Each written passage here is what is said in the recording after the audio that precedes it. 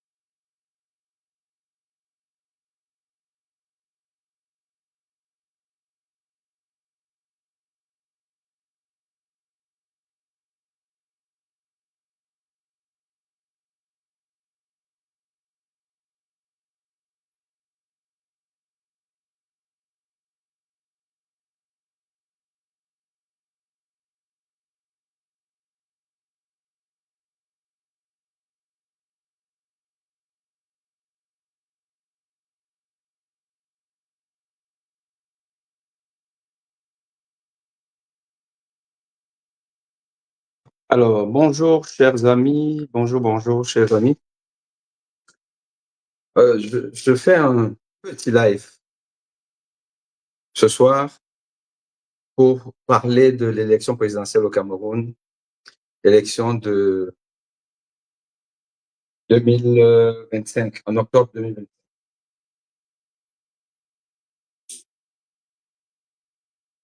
Donc, nous allons parler de l'élection au Cameroun 2025. Le titre, c'est quelle stratégie gagnante pour passer à la Troisième République au Cameroun. Je parle de Troisième République un peu en référence au changement de régime dans les pays démocratiques, notamment la France, par exemple. Vous savez qu'en France, on parle de la Cinquième République et il y en a qui veulent passer à la Sixième République. Donc, ça veut dire qu'il y a eu une quatrième,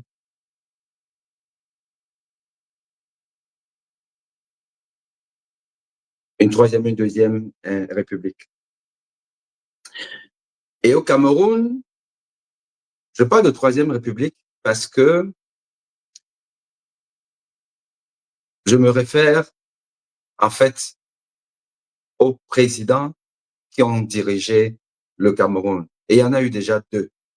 Et donc, on pourrait parler de la Deuxième République camerounaise. D'ailleurs, on aurait pu dire que nous sommes toujours à la Première République camerounaise parce que le régime Paul Biya n'est que la continuité du régime Amadou Ahidjo, qui d'ailleurs lui a légué le pouvoir de manière un peu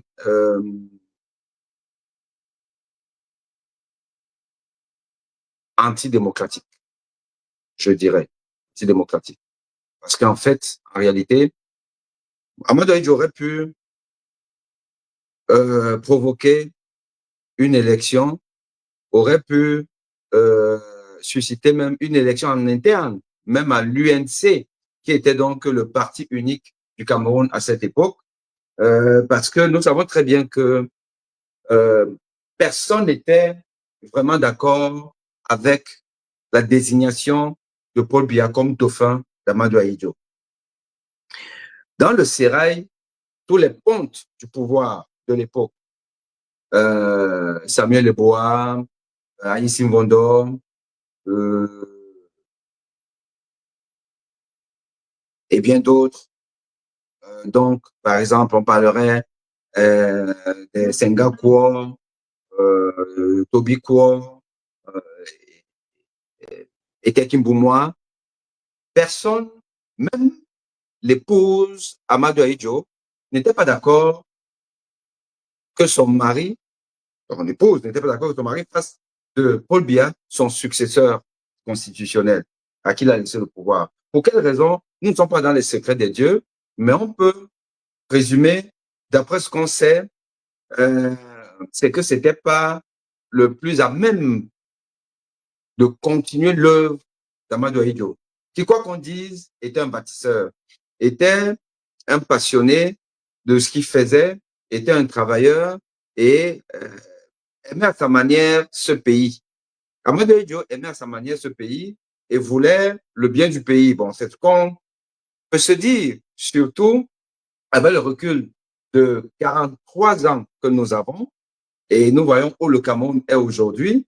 On ne peut que se dire que Ahmadou Ahidjo aimait ce pays.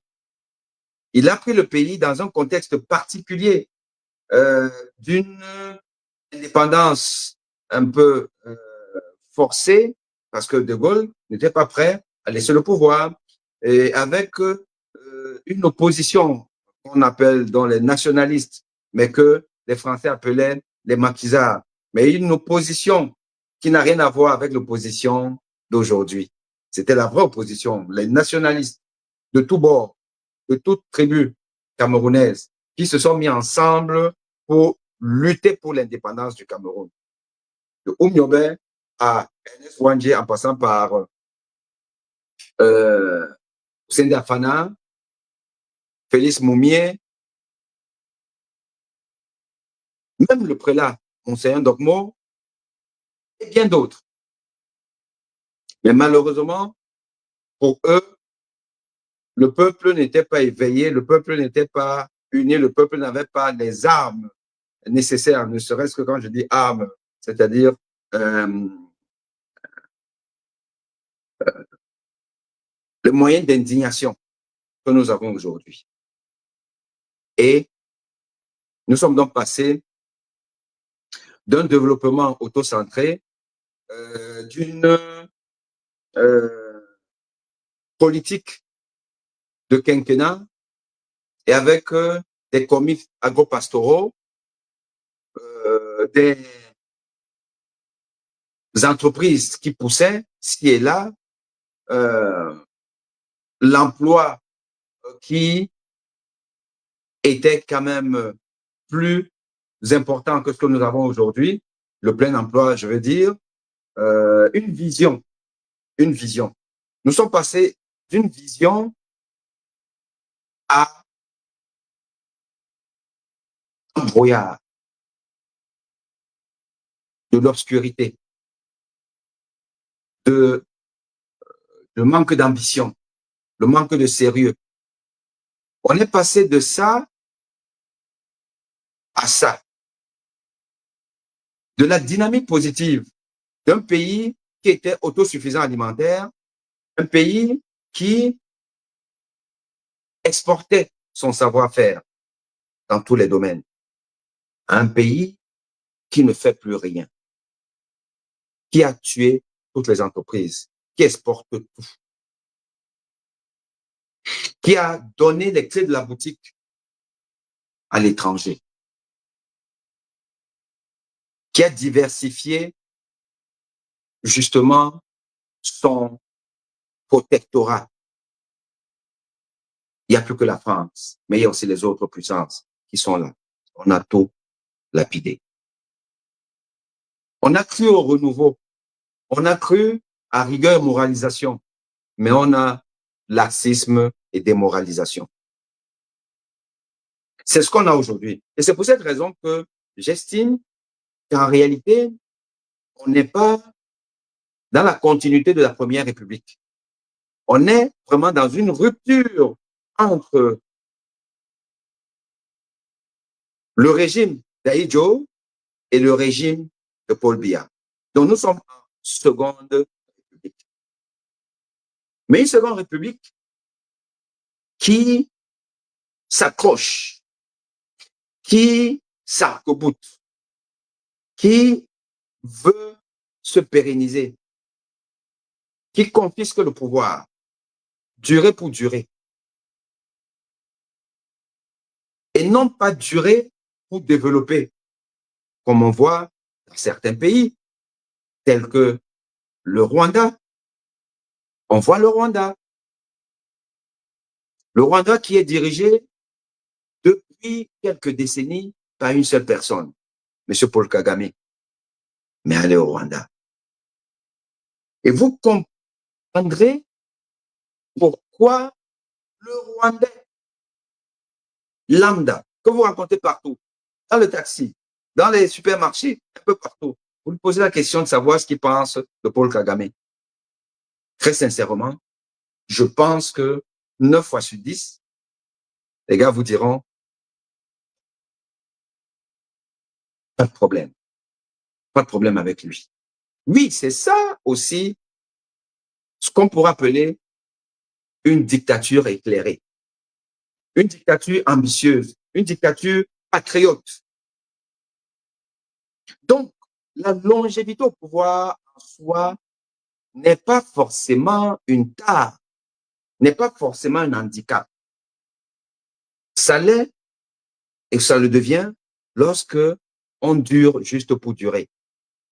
On dure d'ailleurs pour rendre malheureux sa population.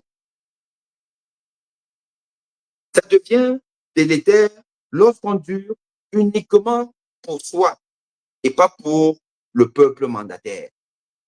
Là, on n'est plus en république. On n'est même pas en royauté parce que dans un royaume, le roi a pour ambition de rendre sa population heureuse. Le peuple camerounais n'est pas heureux. Le peuple camerounais est malmené. Vous allez me dire, c'est le peuple qui veut l'être. Oui, en partie. Une partie du peuple camerounais, peut-être même une bonne partie, finalement aime ça, aime la baston, aime être malheureux, aime être chosifié, aime la laideur du sous-développement. Oui, une partie du peuple camerounais aime la laideur du sous-développement. Et l'autre partie, celle-là qui n'en peut plus, qui en a marre et qui veut prendre son destin en main. C'est à cette partie que moi je m'adresse. Et c'est à cette partie que je déroulerai la semaine prochaine, je pense, une conférence sur qu'est-ce qu'on fait. Comment on fait pour déjouer tous les pronostics du parti au pouvoir RDPC qui veut, par tous les moyens, garder le pouvoir. Ils sentent une secousse depuis au moins 1992, quand, pour une fois, l'opposition, la vraie opposition, s'est levée comme un seul homme et a dit, on ne veut plus. Obiamos go. Avec, à la tête de cette coalition, je ne peux pas prendre, là maintenant, à la tête de cette coalition, un homme appelé Fondi, qui avait un consensus autour de lui. Les vrais opposants et le peuple. Le peuple qui est sorti le peuple qui a marché, le peuple qui était prêt. Il suffisait juste que le leader dise, on me confisque ma victoire. Je peux me sacrifier, venez avec moi. Je pense que la bascule aurait été faite. Paul Biya ne serait plus là. Paul Biya ne serait plus là. Et Paul Biya sentit que la mangeoire a failli lui échapper. Lui, sorti de nulle part, le bon feignant, comme le disaient ses chefs hiérarchiques de l'époque, les Tobiquois, les Tekimbouma, qui avaient fait des rapports lents à la prise de décision. Ben oui, si vous êtes né lent, vous ne deviendrez pas rapide quand vous avez 90 ans, 92 ans. Ce n'est pas possible. Paul Biya n'a jamais aimé travailler. Il n'a jamais su travailler. Il n'a jamais su s'entourer. Ou du moins, il a toujours voulu s'entourer des gens qui sont ses semblables, qui ne travaillent pas. Famendo. Mais, comme il veut demeurer le roi feignant, mais roi quand même, dans un pays qui glisse, qui est dans un chaos qui n'est finalement pas lent, mais un chaos rapide. Je fais comment?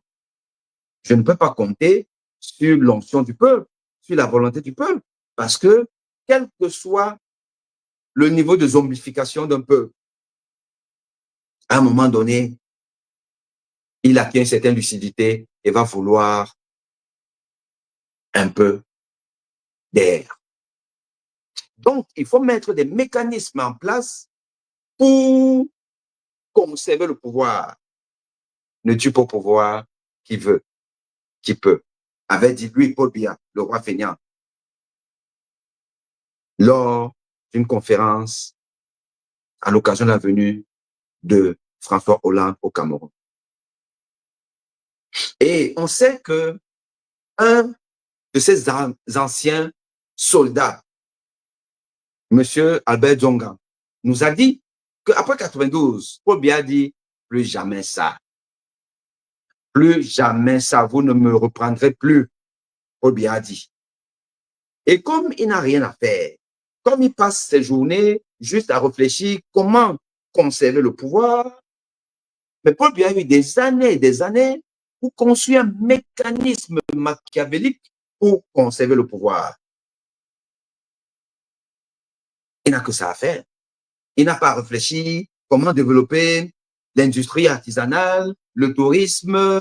Je nomme qui, je lis un peu, je donne des interviews, je vais dans des débats avec une maîtrise des dossiers. Ça demande du temps. Ça demande des aptitudes que Paul Biya n'a pas. Paul Biya n'a jamais été un homme d'aptitude. Paul Biya n'est pas intelligent.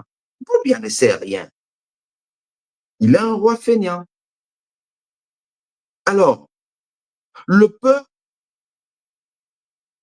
de neurones qu'il a, il en fait quoi? Il réfléchit à comment je dure au pouvoir, comment je conserve le pouvoir, comment je meurs au pouvoir.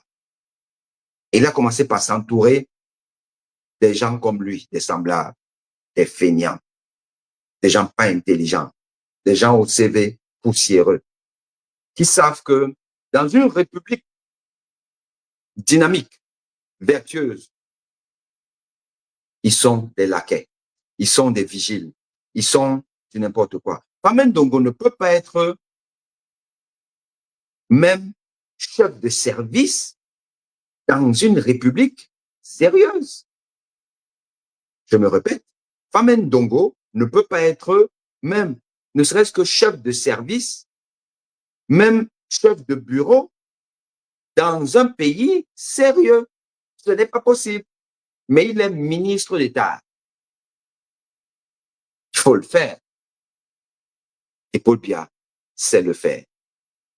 Kanganji, ancien prisonnier, ancien braqueur, ancien bandit, Dans une république sérieuse, il est en prison. Mais il est ministre omnipotent, omniprésent. Il est devenu le premier ministre, c'est-à-dire le premier des ministres. Il faut le faire. Et donc, on passe par tous les moyens. Alors, en 92, Paul Biya a failli. Il a dit plus jamais ça. Qu'est-ce qu'il a fait? Il a changé la Constitution en 2008.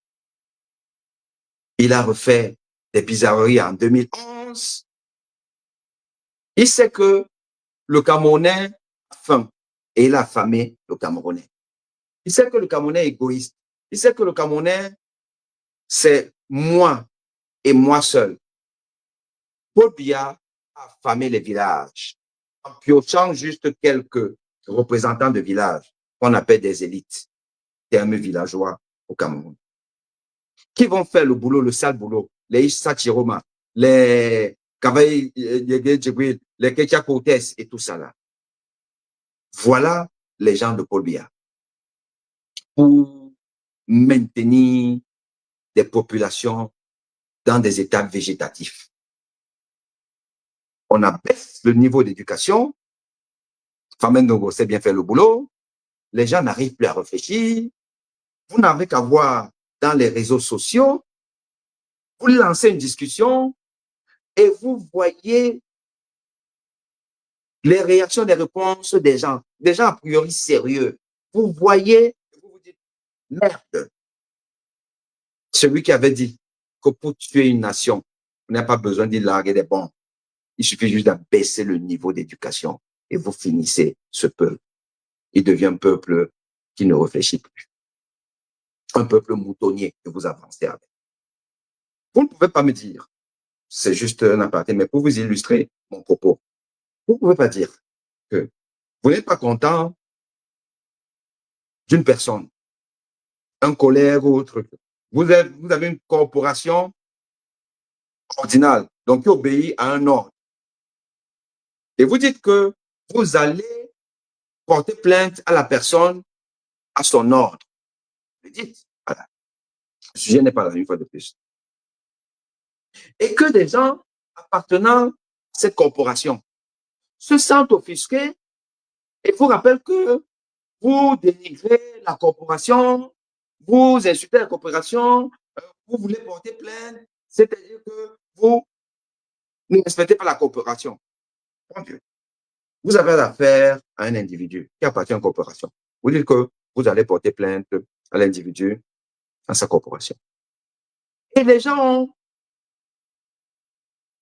la belle idée de se dire, oh, il attaque la corporation. C'est-à-dire que vous essayez de voir le lien entre l'individu avec qui vous n'êtes pas d'accord et vous portez l'affaire à l'ordre de cet individu. Ça peut être un avocat, ça peut être un médecin, ça peut être un infirmier, ça peut être, voilà, mais ça peut être un architecte, mais à la corporation. Et le fait de porter plainte ou de dire que vous avez porté plainte contre cet individu à sa corporation, c'est que vous insultez toute la corporation. C'est-à-dire que, en fait, la personne qui réfléchit comme ça, la personne qui réfléchit comme ça, n'ont simplement pas le niveau. Elles n'ont pas le niveau, pourtant, elles ont fait l'école. Mais la mauvaise école, l'école de Paul Biya.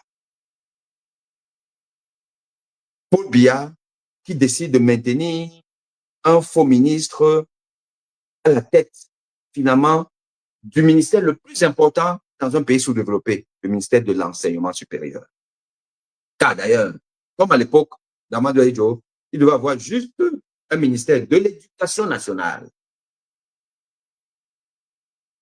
Et donc, en le faisant, Paul Biya le fait exprès.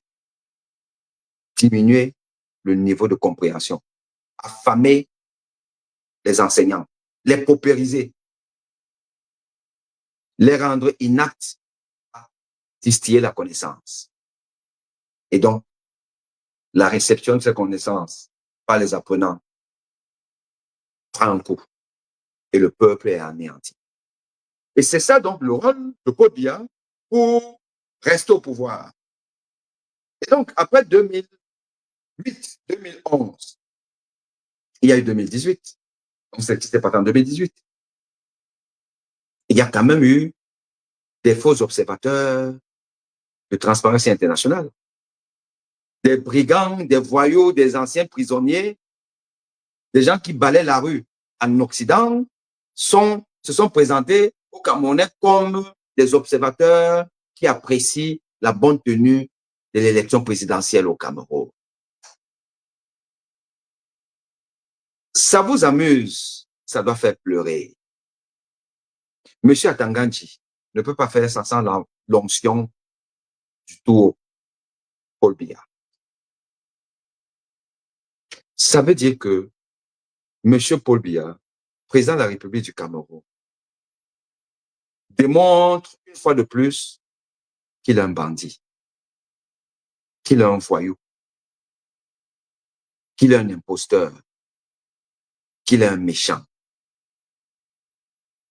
Vouloir s'éterniser au pouvoir à tous les moyens, même pas des moyens aussi répressifs comme faire le faux et l'usage de faux, qui normalement vous amène en prison. Monsieur Paul Biya, c'est un prisonnier. Paul Biya, c'est un bandit. C'est un prisonnier. Le Cameroun est donc dirigé par un authentique prisonnier. Et qui a fait de notre prisonnier son bras droit, l'homme au sale coup, M. Atanganji. Peuple, réveillons-nous. Nous ne pouvons pas accepter ça. Et une fois que j'ai dit ça, vous pensez qu'un papa de 92 ans, 93 ans, qui, enfin, dont la décence morale l'aurait obligé à aller se reposer. Il veut remettre ça.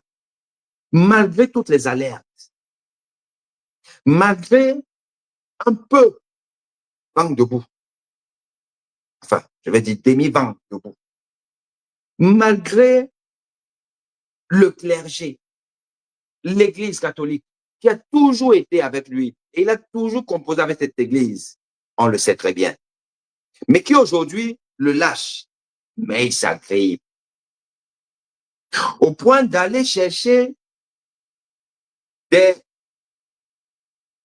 villageois chefs de village. Parce qu'ils ne sont pas simplement chefs de village, mais ils sont des villageois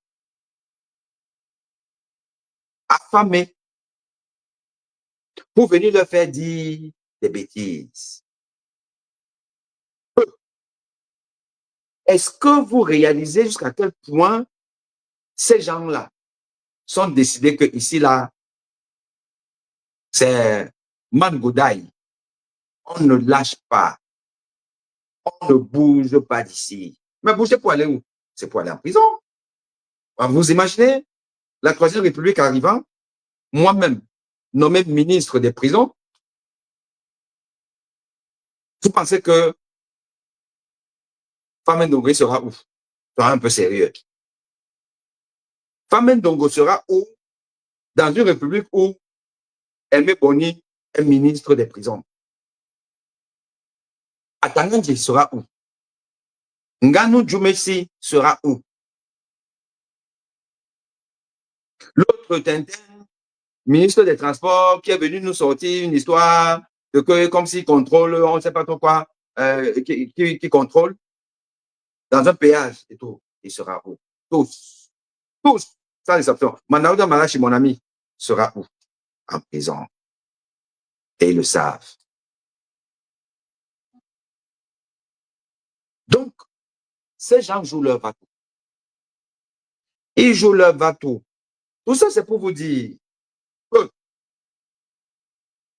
cool avec votre enthousiasme. De oh, cette fois-ci, oh, on est prêt, oh, on a la légitimité, oh, ceci, oh, cela. Non, les amis, ce ne sera pas facile. Ce ne sera pas facile pour plusieurs raisons. Ce ne sera pas facile déjà parce que L'opposition camerounaise politique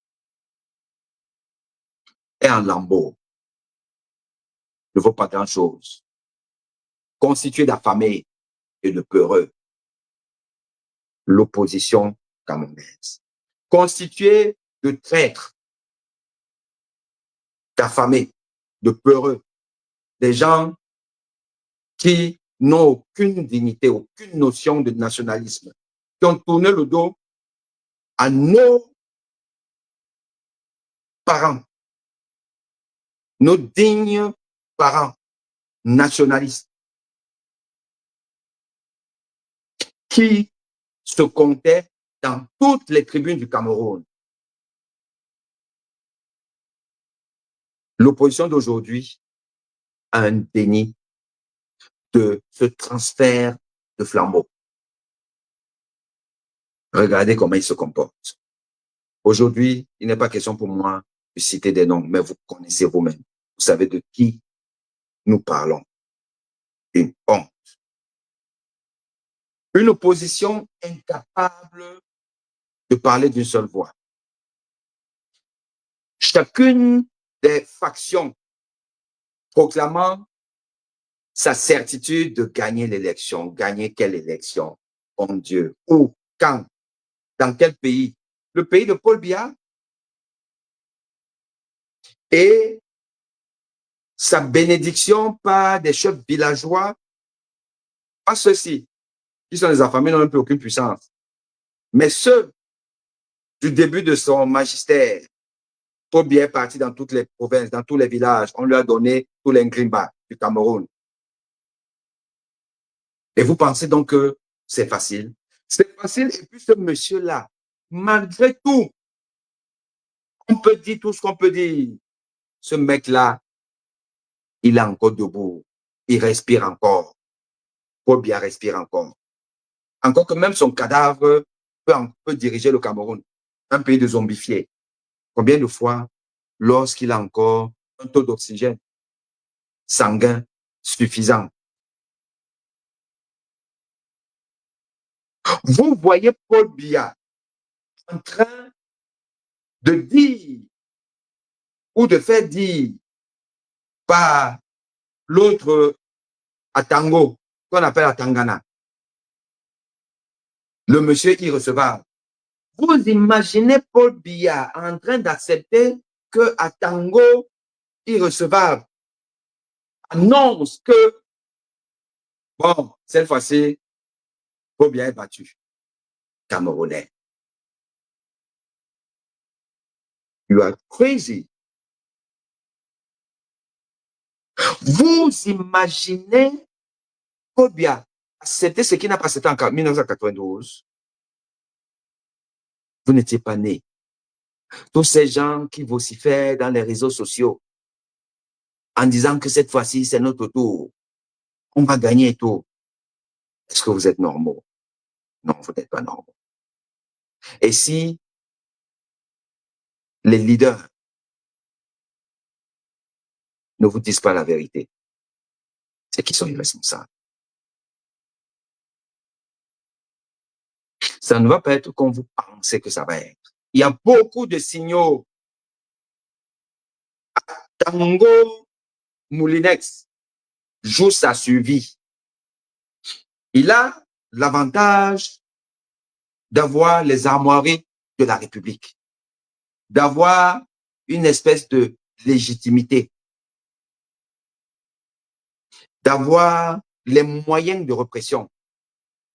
Et il sait qu'il a fait à un peuple peureux, fouillard, qui, à la moindre menace, va replier.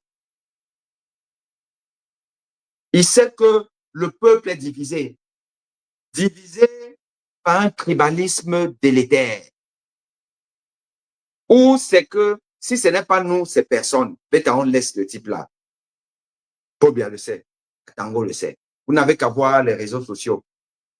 Vous avez des lives de Bassa qui vous écrivent, c'est le tour des taux. À défaut, Cabral Libye.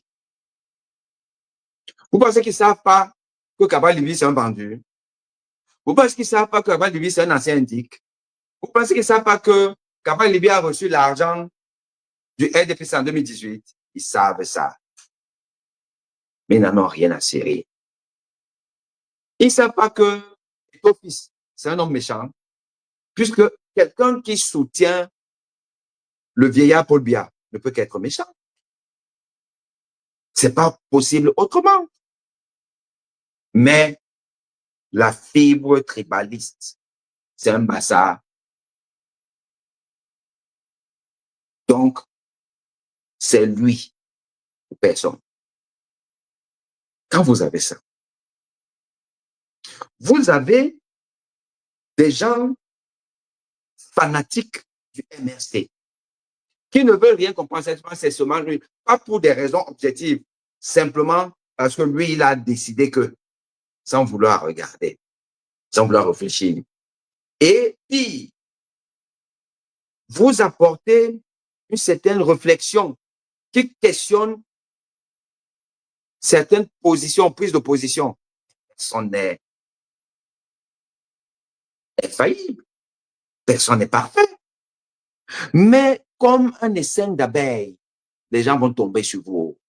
Alors que des gars, ils n'ont même pas un niveau pour comprendre que 1 plus 1 égale 2. Ils ne connaissent rien du tout. La seule chose qu'ils connaissent, c'est Camto ou rien. Voilà, ça leur suffit. Donc, quand tu viens me poser que, bon, oui, c'est Camto ou rien, mais est-ce que ça peut se passer d'une manière un peu différente de comme on veut? Directement, on retient seulement que un peu différente quand on est sur vous.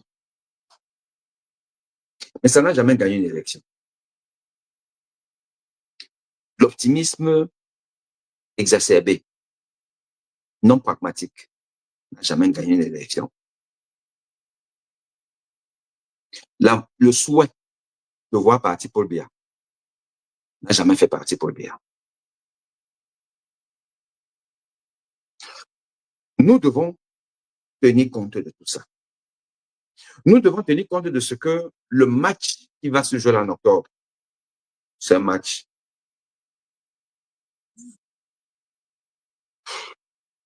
Il n'y en a jamais eu de ce type, de cette ampleur.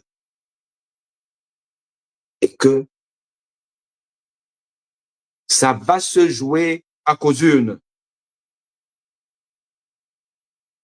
Ça ne va se jouer à cause d'une. L'élection de 2025. Le contentieux électoral de l'élection 2025, il n'y en a jamais eu un de pareil en Afrique. C'est Aimé Boni qui vous le dit. Le contentieux post-électoral de 2025 au Cameroun, la Côte d'Ivoire, c'est rien. La Côte d'Ivoire, c'est rien. Préparez-vous à ça. Ça va être violent. Ce qui veut dire que le peuple a une partition des plus importantes. Donc, vous qui êtes là à vous échauffer dans les réseaux sociaux, à insulter, à machin, truc et tout ça là, pas bien. Économisez vos énergies.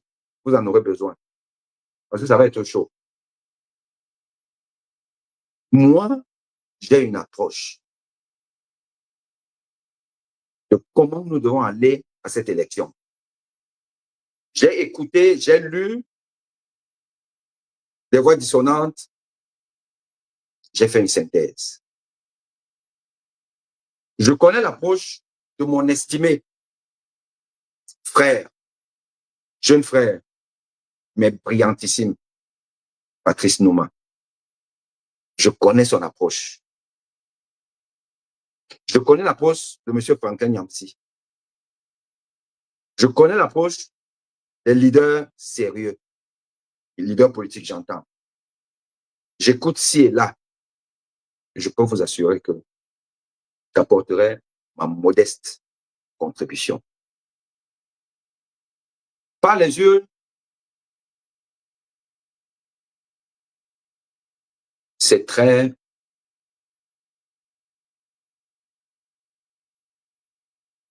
quasi impossible. Urne, en tant qu'une, en tant que modèle sénégalais ou modèle ghanéen, je dis c'est impossible. Impossible. Par une insurrection, un coup d'État, ça peut être compliqué. Par une révolution de palais à la gabonaise, vous-même vous savez que nous avons un mixte des trois ou d'autres choses, pourquoi pas. Mais quel est le rôle du peuple dans tout ça? Je vous dis, moi, modestement, j'ai une approche et je vais vous la dérouler la semaine prochaine. Le jour, le timing, vous le saurez bientôt. Mais restez à l'écoute. 2025, c'est l'année ou jamais. Et si nous voulons ne plus être dirigés par une, pour le coup, une vraie illettrée villageoise sans niveau, qu'on appelle Chantal Biya, parce que c'est elle qui dirige. Avec celui qui, encore quelques années, portait les vestes qui arrivaient aux genoux. Parce que c'est ce couple-là qui dirige, un couple de villageois. Si nous ne voulons plus être dirigés par eux, parce que depuis 2018, c'est eux qui dirigent. Donc, vous avez cru voter Paul Biya, mais vous avez voté ce couple d'amants, il paraît. Mais bon, ça ne me concerne pas. Et vous voulez encore accepter qu'il le fasse? Non, peuple, peuple, non. Peuple, non. Et donc, nous devons multiplier des approches pour avoir l'approche la plus efficace possible. Et j'ai une proposition et je vous la ferai part. Voilà. Ça, c'était mon petit speech de cette semaine. Je vous souhaite une bonne semaine dans la paix, dans la prière, dans le pardon. Et je profite ici pour faire un gros bisou à ma fiancée. Je crois que vous la connaissez déjà.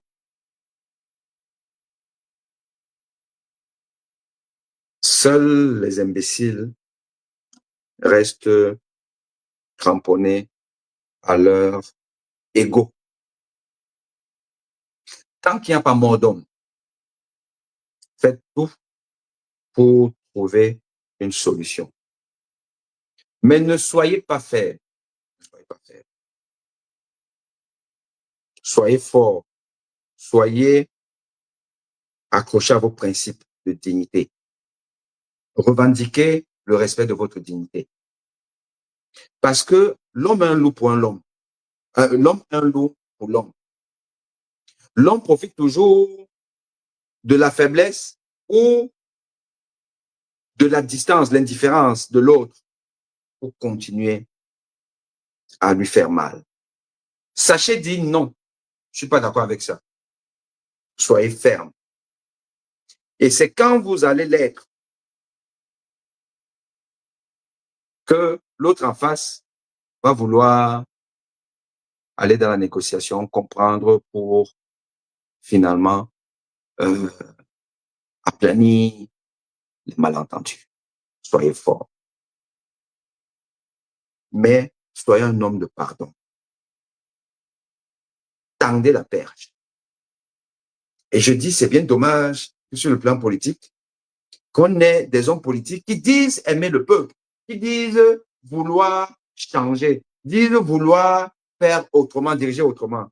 Mais quand vous voyez leurs échos, comment on peut expliquer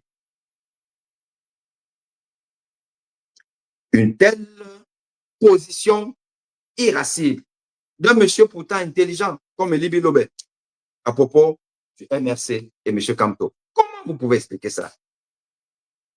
C'est quoi ce tribalisme villageois? Comment? Je dis encore pourtant un homme intelligent.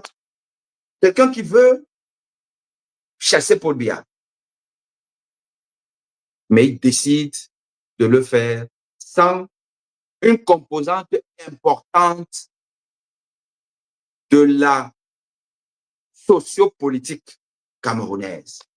Qu'on l'aime ou qu'on ne l'aime pas, M. Maurice Kamto fait partie du jeu politique camerounais.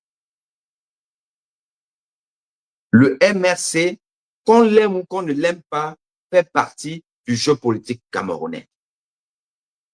On doit pouvoir avoir l'intelligence de trouver un terrain d'entente avec. Quitte à se tromper, in fine. Quitte à ce qu'au moment, dans l'affaire-là, c'est qu'on ne peut plus reculer, qu'on se rend compte que les gars ne veulent pas avancer. On va dire que bon, on vous avait dit. Mais moi, les soupçons, a priori, je ne suis jamais là.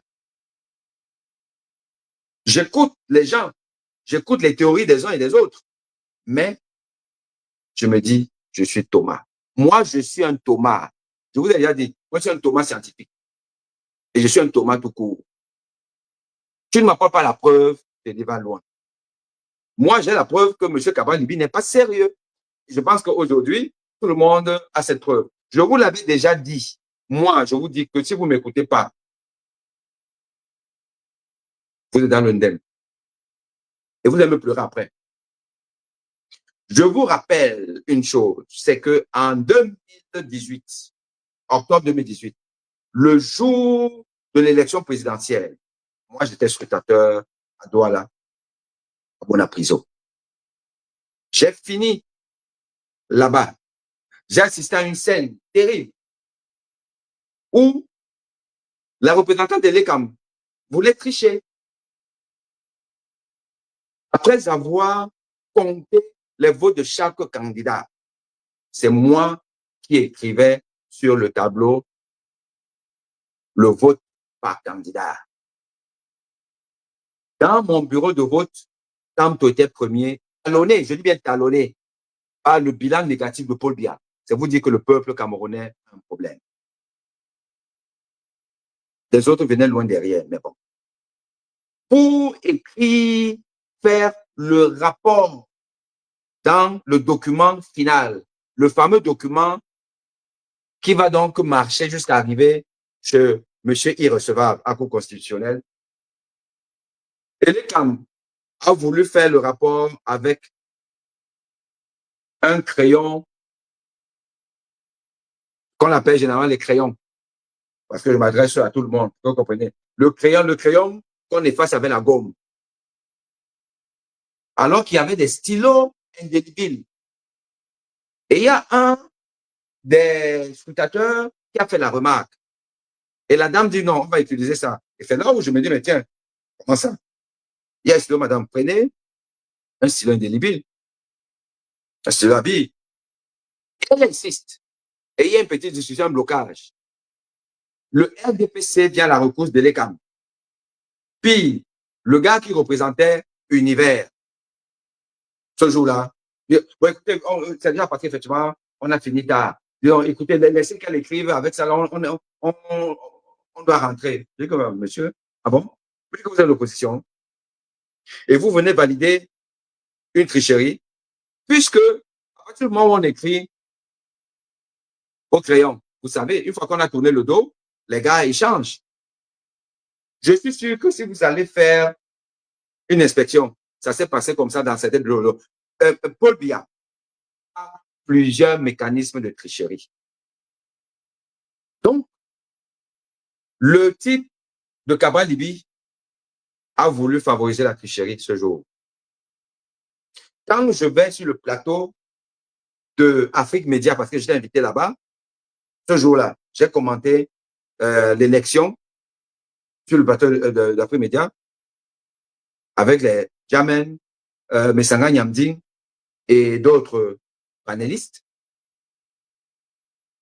On apprend, on interviewe Cabral Libi. Cabral Libi commence à nous dire comment euh, euh, on a dans tel bureau de vote, on a molesté son gars, dans un autre bureau, ils étaient seuls, il n'y avait personne d'autre, ou alors eux-mêmes n'étaient pas là, les autres. Bref, on se rend compte que les gars n'ont pas fait la mutualisation dont ils parlaient et que Cabral nous avait promis dans son dernier meeting à Paris que, à défaut d'une coalition, il y aura une mutualisation de la surveillance des milieux. J'ai donné mon argent à Cabral. Cabral a mangé l'argent. Il est devenu gros. Il est parti passer ses vacances aux États-Unis. Et moi, ce jour-là, j'ai dit que Cabral va me rembourser mon argent. Évidemment, un blogueur a repris ça. Ça fait la toile. Oh, le type là, il pleure. Il veut son argent. Oui. C'était peut-être voilà, un coup de gueule. C'était une allégorie. Ça ressemblait à, voilà, une indignation. C'était une indignation. Je m'indigne de la posture de Cabral Libi depuis l'élection de 2018. Et j'avais dit qu'il n'est pas sérieux. J'avais dit que tu me rembourses mon argent. Mais je sens que là, maintenant, je vais lui demander de me rembourser vraiment mon argent là, de 2018. Parce qu'il n'est pas sérieux. Cabral Libi n'est pas sérieux. Et dire que vous avez donc une partie du peuple, même si on va dire que c'est 5%, qui suit ce monsieur. Soit parce que les gens n'ont pas un niveau de discernement sérieux, soit parce que c'est simplement des tribalistes. Ou alors les deux. Ce n'est pas possible. On est foutu. Les gars, quand vous avez fini d'adorer quelqu'un, que ce soit M. Campo, que ce soit Cabral, que ce soit Paul Biya, quand vous avez fini d'adorer ces gens-là, des gens qui ne mangent même pas plus d'une fois par jour, quand vous avez fini d'adorer ces gens-là, ça vous apporte quoi? Le macabo dans l'assiette. Ça vous apporte quoi? Le fanatisme a déjà développé quel pays? Les gars, soyez un peu sérieux.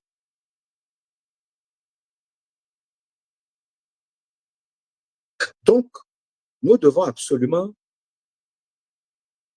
tenir compte des écueils qui nous attendent. Et les écueils, il y en a beaucoup. Cessons de penser que ça va se faire comme ça et tac, jamais.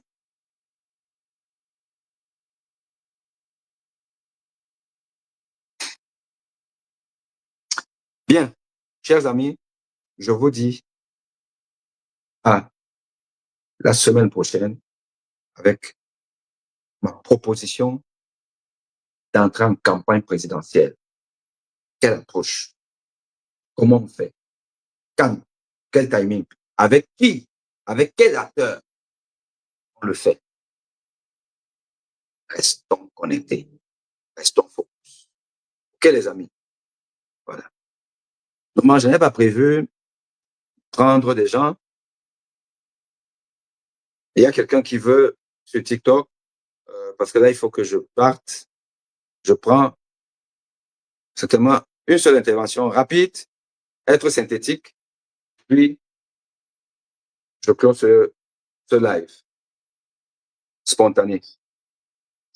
Allez, Olivier, bonsoir à toi.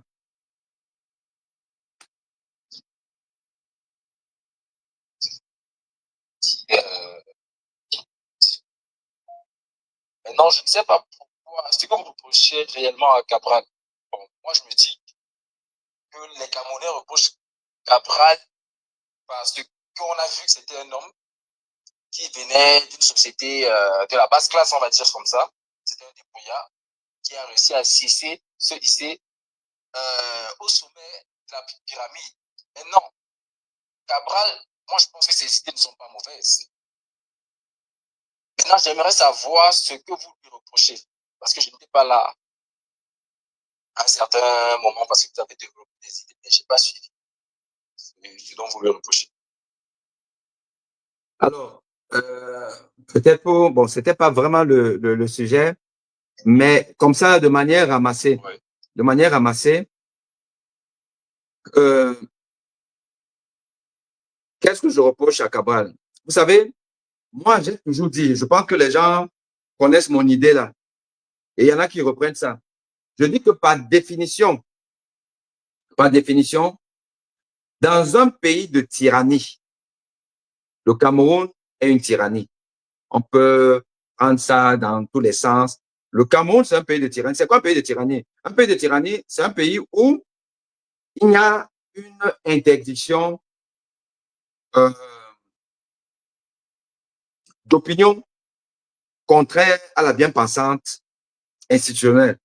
Et on ne va pas me dire que, bon, oui, sur les plateaux, les gens parlent, insultent, même pour le bien. Ce n'est pas de ça qu'il s'agit. Il s'agit de ce que, dans un pays, aucun citoyen, quel qu'il soit, ne doit pas être poursuivi, ne doit pas euh, être sujet à une atteinte à sa vie parce que il a dit des choses contraires à ce qui arrange les dirigeants. Et au Cameroun, on compte quand même des assassinats, des bastonnades à cause des opinions. Donc, le Cameroun, c'est une tyrannie. Et donc, dans une tyrannie, vous ne pouvez pas être un opposant qui se veut être un opposant leader.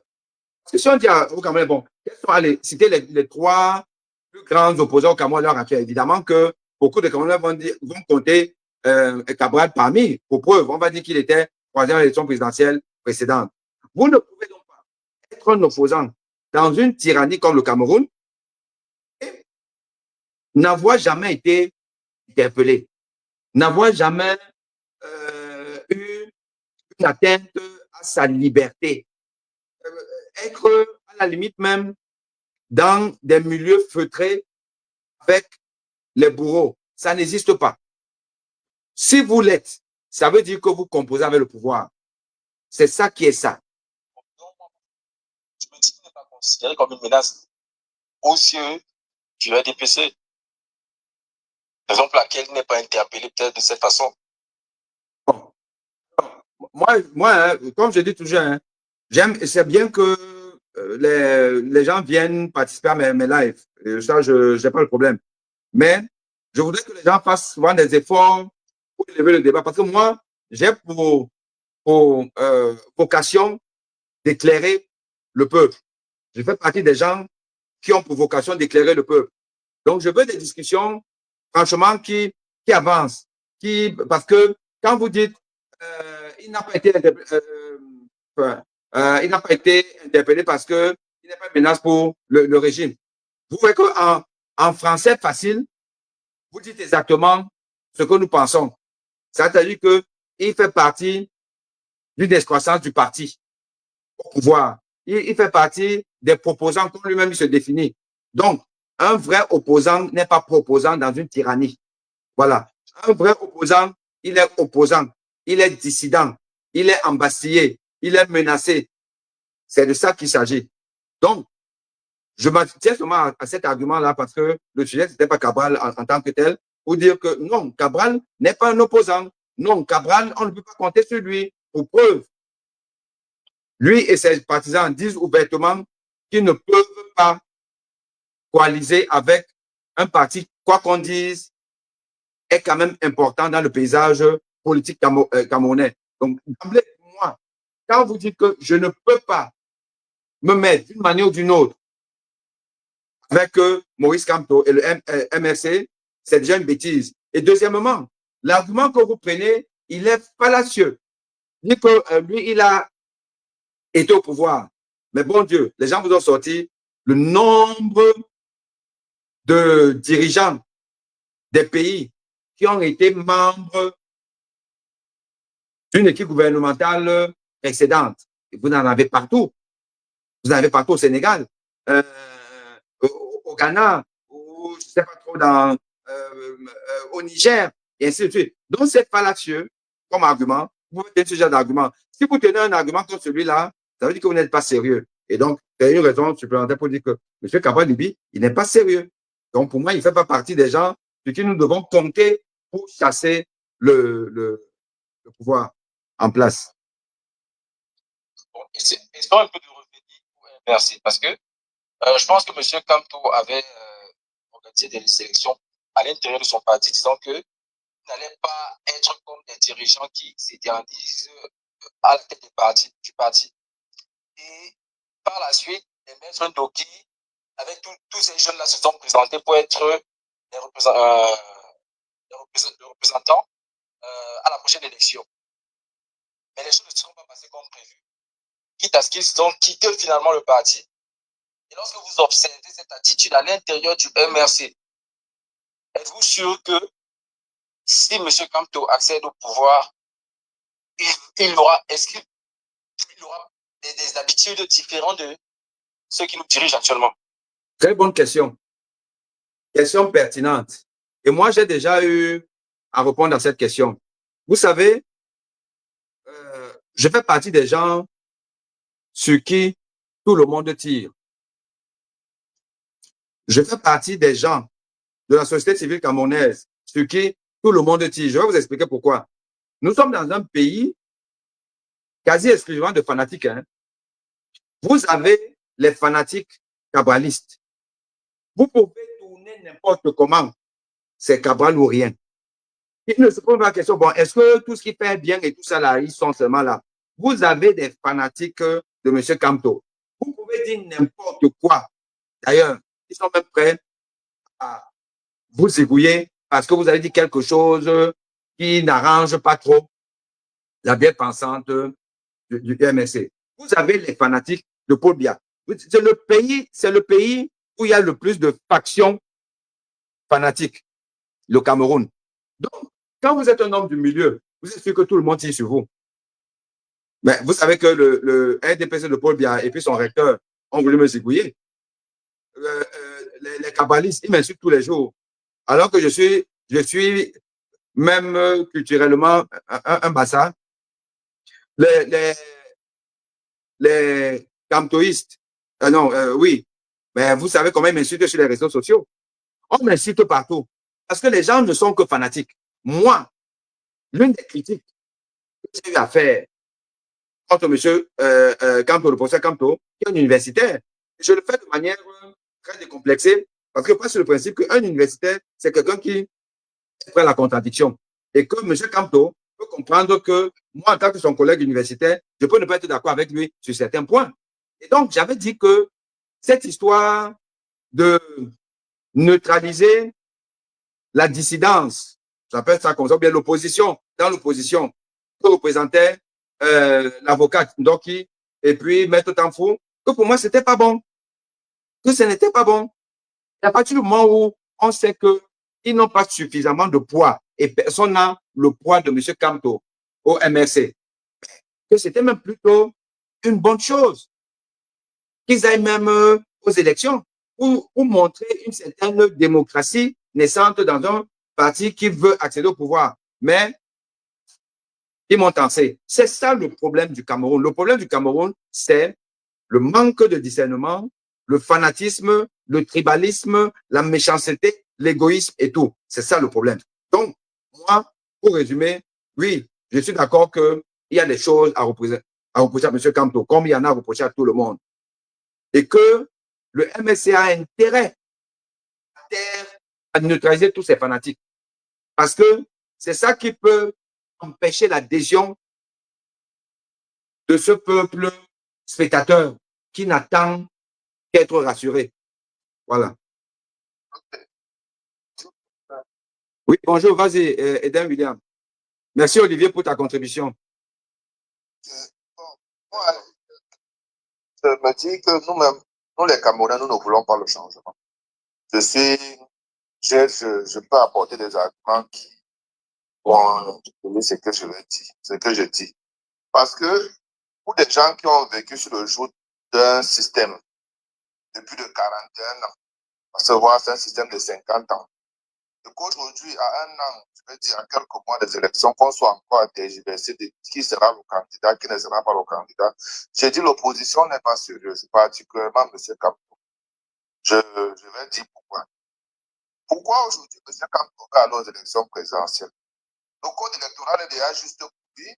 Il n'était pas juste pour Maître Ndoki et toute la clique quand ils étaient en prison. Ça, c'est vraiment, il faudrait que tous les Camerounais se posent cette question. M. Kamto va aux élections. Est-ce que le code électoral a été revu? Pourquoi M. Kamto, quand c'est lui qui va aller aux élections, il accepte le code électoral là? Pourquoi quand les autres vont vouloir aller aux élections? En fait, la politique, d'abord, ce n'est pas les pauvres qui font la politique. Ces gars, s'ils étaient allés aux élections législatives et municipales, ils seront aujourd'hui des responsables dans des maires, des députés et peut-être même des sénateurs. Il y aurait matière à affronter le parti au pouvoir. Aujourd'hui, on affronte le parti au pouvoir sur quelle base? On a quoi? Nous avons les moyens de notre politique. Ces gars sont capables d'acheter les voix. Et même la mobilisation, même, elle ne suit pas. Elle ne suit pas. Aujourd'hui, on parle de Cabral Libé. Cabral Libé, il a au moins, on peut le traiter de tous les noms, mais il est au moins représenté. Il y a au moins, des locaux qui peuvent le représenter. Qu'est-ce que Kamto a fait? Le professeur Kamto a laissé ces gars. Il n'a qu'à penser. Pourquoi aujourd'hui il revient dit que non, aujourd'hui il va aux élections? Est-ce que le code électoral est décidé? Maintenant, même si, comment on fait pour surveiller le vote? Les gens de la diaspora, qu'est-ce qu'ils décident? Parce que le changement ne peut pas. On parle là. Ce grand-père va encore prendre un autre mandat et on va pleurer. Nous sommes la risée de l'Afrique aujourd'hui. On se moque des Camerounais de partout dans le monde. Nous sommes incapables de dire, le seul truc que Paul Biya nous a donné comme chance, c'est qu'on peut battre Paul Biya dans sa propre démocratie, qu'il appelle démocratie. On peut battre Paul Biya aux élections. Si la jeunesse se mobilise vraiment, Paul Biya ne peut pas gagner les élections présidentielles. Mais ça part d'abord d'un fait. Que ces gars, ça c'est, et nous donne un candidat. Moi, je trouve, si c'est Kamto, c'est peu importe le candidat. Mais le système tel qu'il amène là, les gars sont en train de travailler pour le parti au pouvoir. Ils sont en train de travailler. On a l'impression qu'eux-mêmes, ils font partie du système. Il est inconcevable que dans un pays avec des têtes aussi éclairées au Cameroun, on ne puisse pas trouver une personne pour affronter ces gars-là. Parce qu'on doit balayer, tous ces gars-là, commençant par les directeurs généraux de tout, des préfets, on doit balayer tout le monde, on doit revoir le Cameroun. Et pour revoir le Cameroun, il faudrait que les gars en face, que nous soyons prêts. Mais qui est prêt? Hein? Qui est prêt? Personne n'est prêt. C'est-à-dire qu'on repart dans le même système. Non, moi, je ne veux pas la coalition. Moi, je veux machin. Ça veut dire que personne ne veut le changement. Hein? Comment les jeunes Sénégalais l'ont fait pour suivre une seule personne? Parce qu'ils n'ont pas fait la magie. Tu rejoins, là, tu es en train de rejoindre un peu la thèse partagée d'une certaine manière par Franklin Yamsi et Patrice Nouma, qui pensent que la tendance au Cameroun, le changement ne passera pas par les urnes. Parce que pour les urnes, on n'est pas prêt. Les opposants ne sont pas prêts. Le peuple n'est pas prêt. Voilà un peu ce qu'ils apportent comme argumentation. Laissons un peu quelqu'un d'autre apporter une réplique par rapport à ce que tu dis. Thierry. Bonsoir, prof. Bonsoir. Alors, moi, j'ai bien apprécié, en fait, tout ce qui était discernement au niveau de tout ce qui est macro-politique au Cameroun. Je pense que on a hérité vraiment du colonialisme, de la séparation. En fait, on divise pour mieux régner. Et ça se répercute. On le constate encore. L'opposition, en fait, n'a pas tiré les enseignements depuis les années 90. Ils avancent toujours à rang dispersé. Et l'analyse que tu as faite était une analyse juste. Il n'y a pas de méthodologie. On ne tire pas du tout les enseignements de ce qui s'est passé. C'est quand même dingue. Je ne comprends pas. Et finalement, moi, je me dis, pour conclure, qu'on laisse le Cameroun à Paul Biya qu'il amène ça à sa tombe. Et puis, les gens vont prospérer avec. Parce que franchement, je ne comprends pas. On a des têtes bien pensantes. Il y a des gens, il y a des stratégies, on peut s'unir. Ils ont apporté le tribalisme, ils ont apporté le sectarisme, ils ont fait fi de tout ce qui était ce qu'on appelait avant, à l'époque du premier président, un développement auto-centré ou quelque chose comme ça. Mais personne ne tire des conclusions. Ils ne peuvent pas suivre. On ne peut pas avancer à rang dispersé comme ça. Il y a une volonté manifeste, c'est que tout le monde veut le changement. Le précédent auditeur, le précédent intervenant a dit, peu importe la personne, personne ne s'unit. Donc l'analyse que tu fais, que tu as faite tout à l'heure, est très juste, très très juste. Il faut maintenant que l'opposition, enfin ceux qui se disent dans l'opposition, s'unissent, chacun avale ses preuves, ils désignent un candidat, ils signent un acte, un pacte, en disant voilà, on veut le changement, dès qu'il y a le changement, dès que Paul Biya part, voici le programme, voici, et je prends l'engagement d'exercer un seul mandat et à condition d'amorcer le changement. Tout le monde dans le cœur, mais on ne voit pas la mobilisation. Même mobiliser les personnes pour l'inscription aux listes électorales, c'est pas possible, on ne voit rien. On voit seulement les choses, les manipulations qui sont grossières en place, mais rien ne bouge. C'est quand même décevant. C'est vraiment, c'est tout ce que je voulais dire. Merci. Super, super. Merci à toi. Merci pour ta contribution et merci à ce que Eden a dit avant et Olivier Rhin.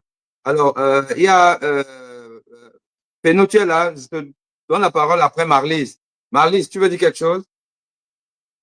Bon, je prends la parole après. D'accord, d'accord. Pénaud, mon cher Pénaud, comment tu vas? J'espère que vous allez annoncer le prochain live. Et j'ai suivi là qu'il y a cette annonce. Vous allez nous proposer quelque chose. Oui. Et ça, c'est la dernière fois que c'était vraiment fait. Je veux dire, on espère quelque chose de nouveau au Cameroun. Et votre contribution est vraiment importante. J'espère aussi que vous avez.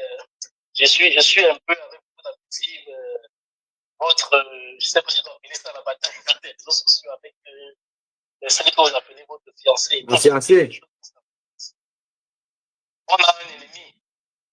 Je veux dire, il y a aussi un régime qui n'aide pas beaucoup les Camerounais. Il faut qu'on trouve les moyens de faire dégager ce régime-là. Bon, je voulais juste dire, comme contribution, je pense que l'opposition doit trouver une stratégie. Ce n'est pas le moment d'évoluer en rang dispersé comme ils sont en train de le faire. Et ça m'interroge sur la sortie récente de Cabral Lidi, qui a dit des choses comme qui étaient assez graves. À un moment où il faut regarder le régime en place et trouver des stratégies pour véritablement renverser ce régime. On ne peut pas, à un moment comme celui-là, voir des gens qui sont des opposants de l'opposition. Et je vais dire, c'est un résultat. Je ne vais pas dire que Trump pourrait passer, mais je trouve son programme quand même extrêmement cohérent en ce moment.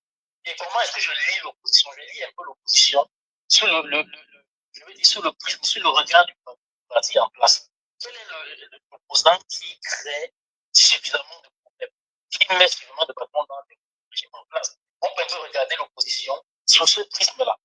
Et je me dis, il ne faut pas que nous soyons comme nous soyons simplement dans une perspective de manger. Il y a des gens qui ont dit non, il a été ministre, il a été doyen. Je trouve que ce n'est pas pertinent du tout parce que quand on est fonctionnaire du Cameroun, on est fonctionnaire. Le pauvre Bouni a travaillé au Cameroun. Je ne pense pas qu'il travaillait d'abord pour le président Biamon. Absolument. On est là pour servir son État. Et quand on l'a fait, je ne crois pas que ça devrait être une raison valable pour qu'on puisse, je vais dire, condamner quelqu'un sur le plan politique de manière définitive. Pas pour dire qu'il est parfait, parce que ce que nous voulons actuellement, c'est que les gens puissent trouver une formule idéale, une formule adéquate pour pouvoir donner du fil à retordre des déficits. Parce que quand on regarde actuellement, on se pose des questions. Comment est-ce qu'on fait pour sortir de l'impasse actuelle, de l'impasse dans laquelle se trouve le Cameroun actuellement? Et c'est là donc que toutes les contributions sont des contributions. Il ne faut pas dire que tu vas apporter une contribution à la société. On écoute, on attend attentivement.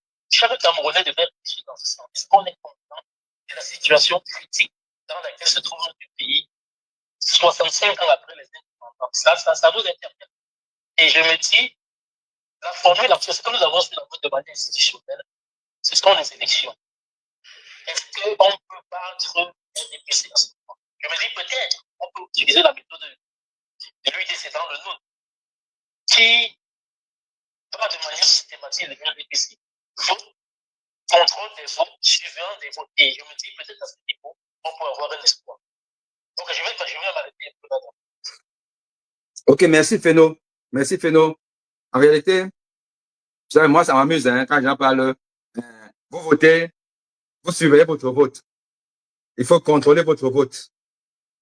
Une fois de plus, ça fait partie des mensonges qu'entretiennent des gens qui, au fond, ne sont pas là pour véritablement le changement, qui sont un peu des faire-valoir, des gens qui jouent une partition qui n'est pas la nôtre. Mon Dieu, vous pensez que Atango et son patron Paul Biya n'ont pas réfléchi à ça? Ça veut même dire quoi? Je surveille mon vote, je contrôle mon vote. Ça veut dire quoi? Ça veut dire quoi dans un pays où on s'est débrouillé pour que on appelle ça là, le dépouillement et le rendu des résultats ne se fasse pas comme partout ailleurs, avec l'électronique, avec des trucs instantanément, on a tout, on ne peut rien manipuler, et que là, c'est exactement le jour où on a voté, le soir là, on a les résultats, on a des fortes tendances. Comment? Là où on va encore nous dire que les résultats partent de Garoua-Boulaye ou Yaoundé, le mec à qui on demande de surveiller son vote, donc il va marcher avec l'une qui est transportée par on ne sait pas trop quel moyen. Il va marcher avec de Garoua-Boulaye à Yaoundé. Donc tous les votants de Garoua-Boulaye vont être en convoi pour être sûr que leur bulletin ou leur vote n'est pas détourné. Tout ça, c'est pas sérieux. Ce n'est pas sérieux. Ça veut rien dire, à mon avis.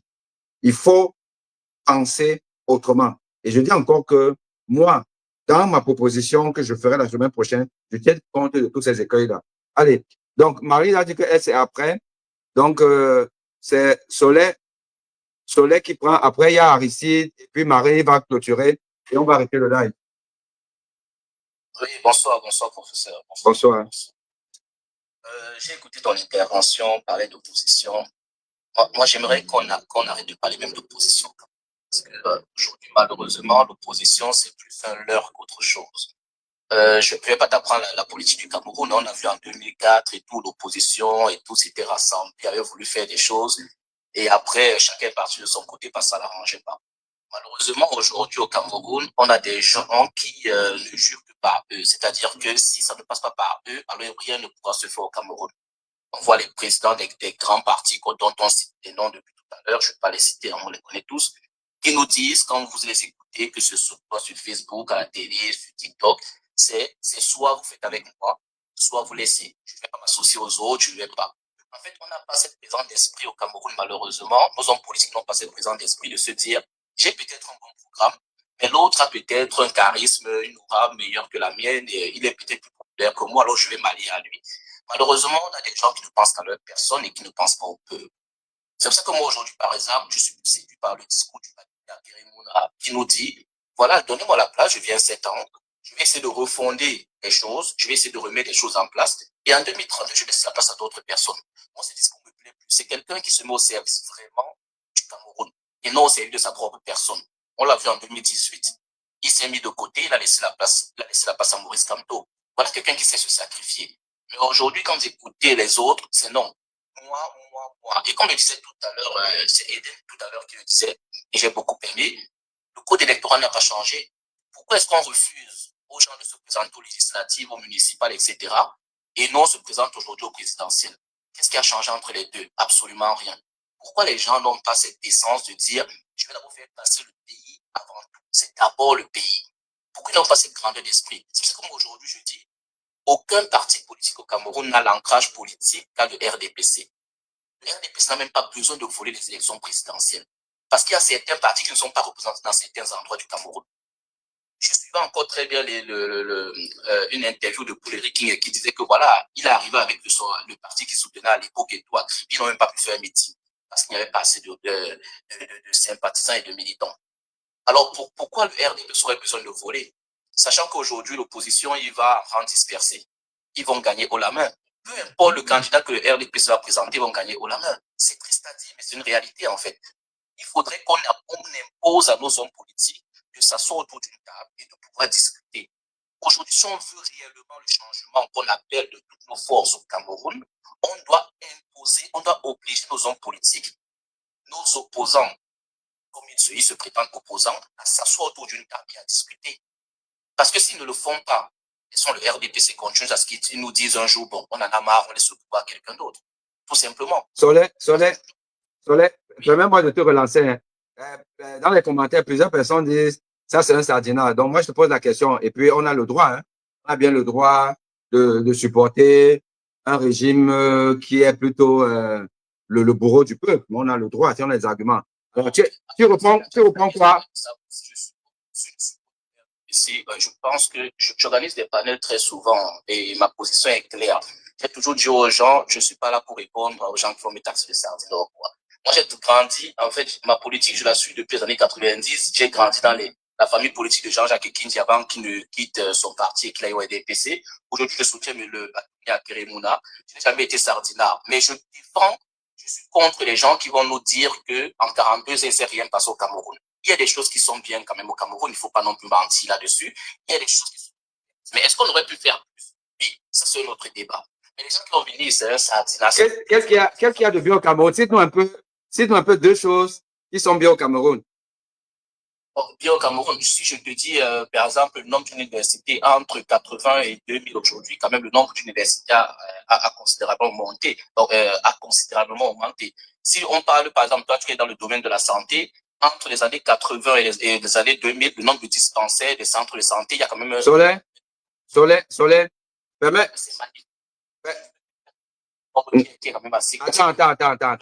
Attends, écoute, Soleil, écoute-moi bien.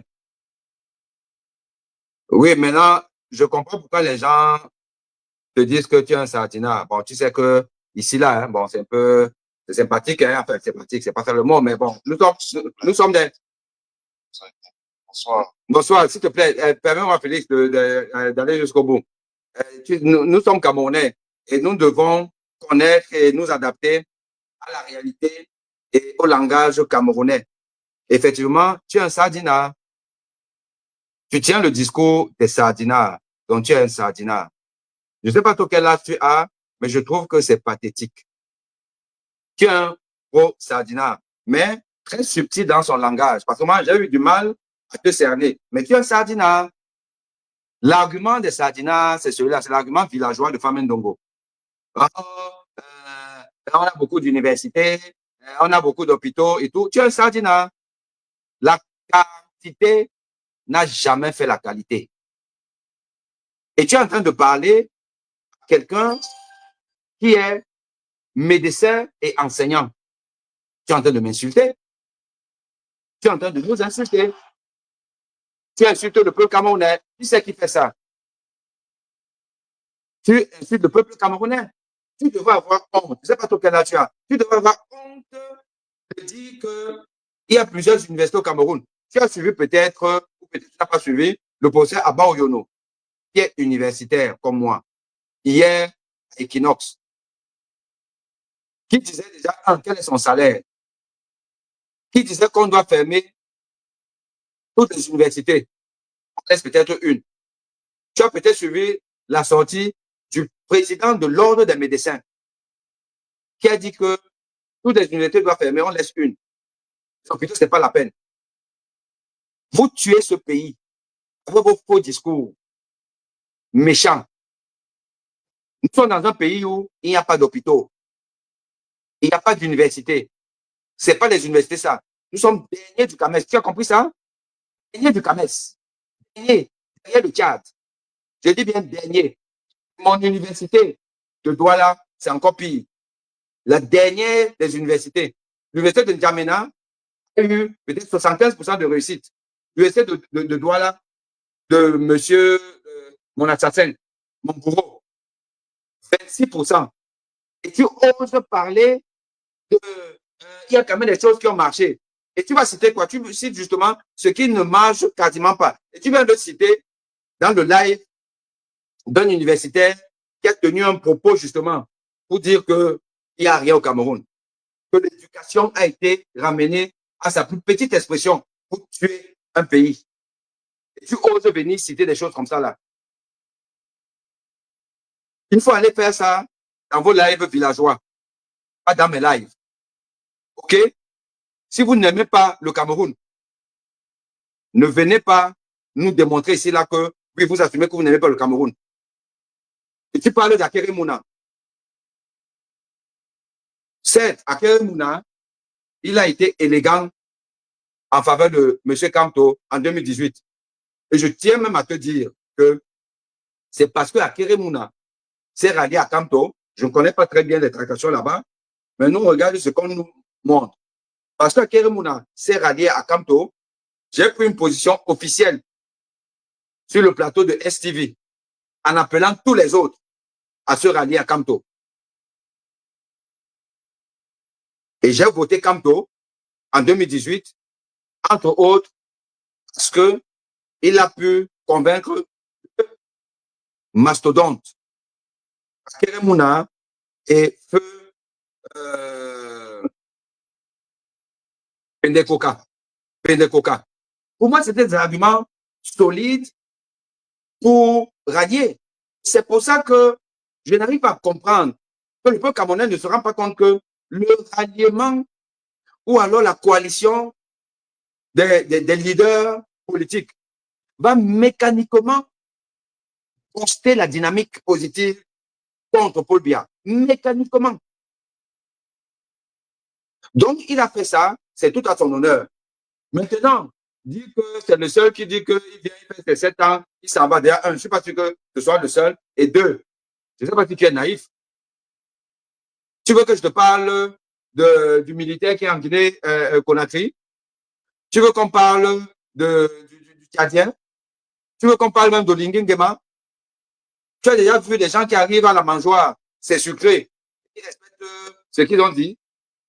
Tout ça là, tu sais que ce n'est pas vrai. Allez-y.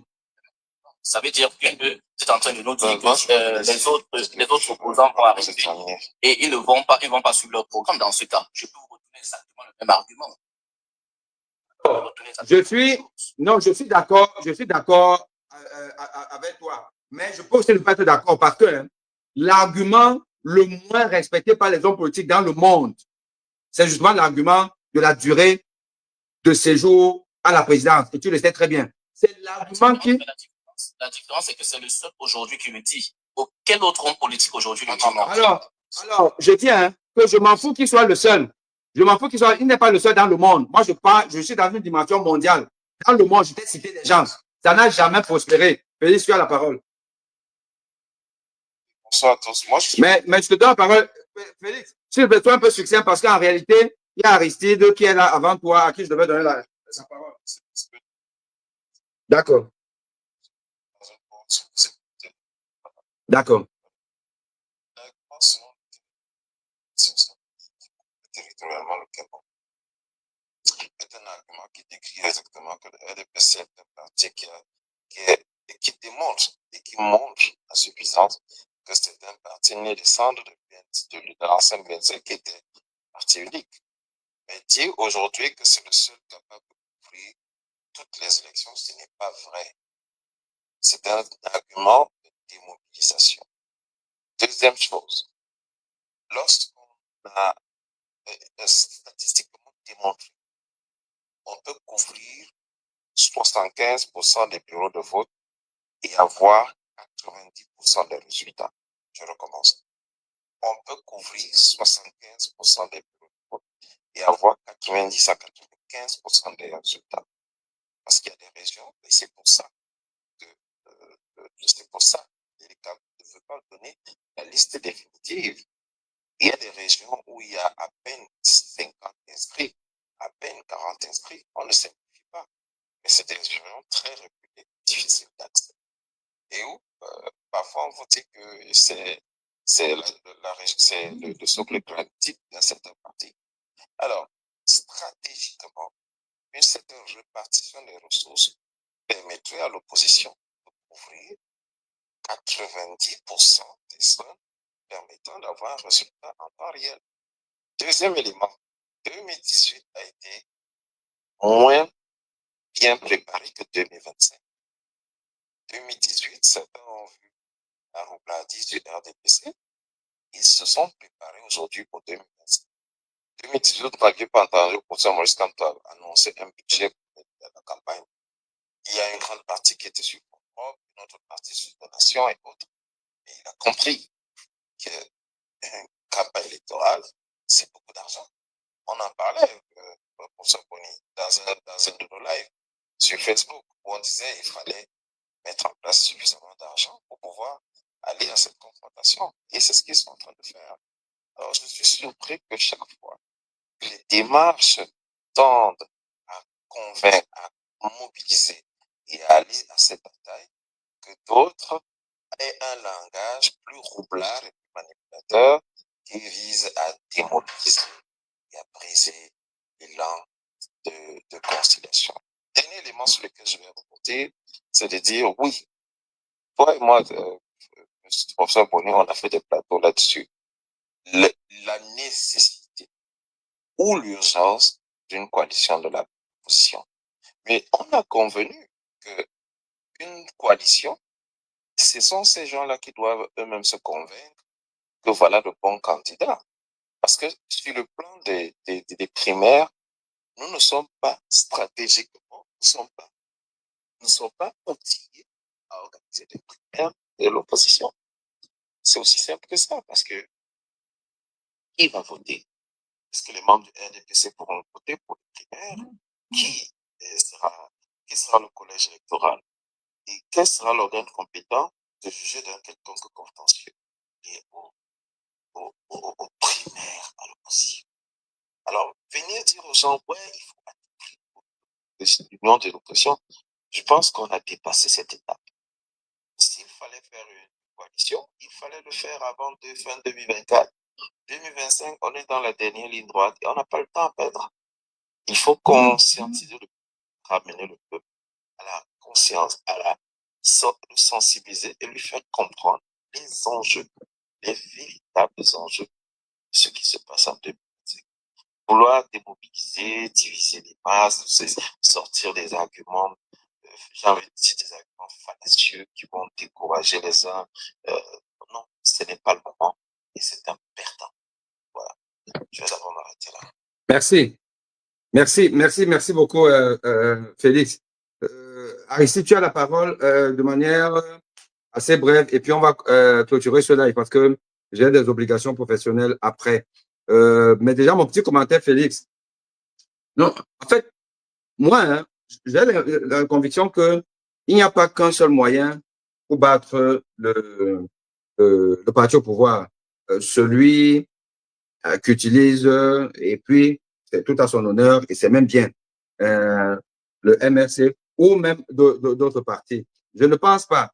Tu n'as pas suivi peut-être toute ma démarche parce que bon, tu étais juste à ta pause, mais je vais revenir sur ça de manière très détaillée sur mon approche à moi qui fait la synthèse de tout ce qui est dit, tout ce qui est fait ci et là depuis déjà quelques temps.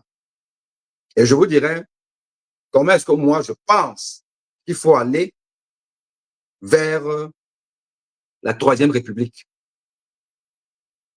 Et ceux qui restent cantonnés sur une approche peuvent déchanter. Parce que de l'autre côté en face, je peux vous assurer que jour et nuit, ces gens-là ne dorment pas.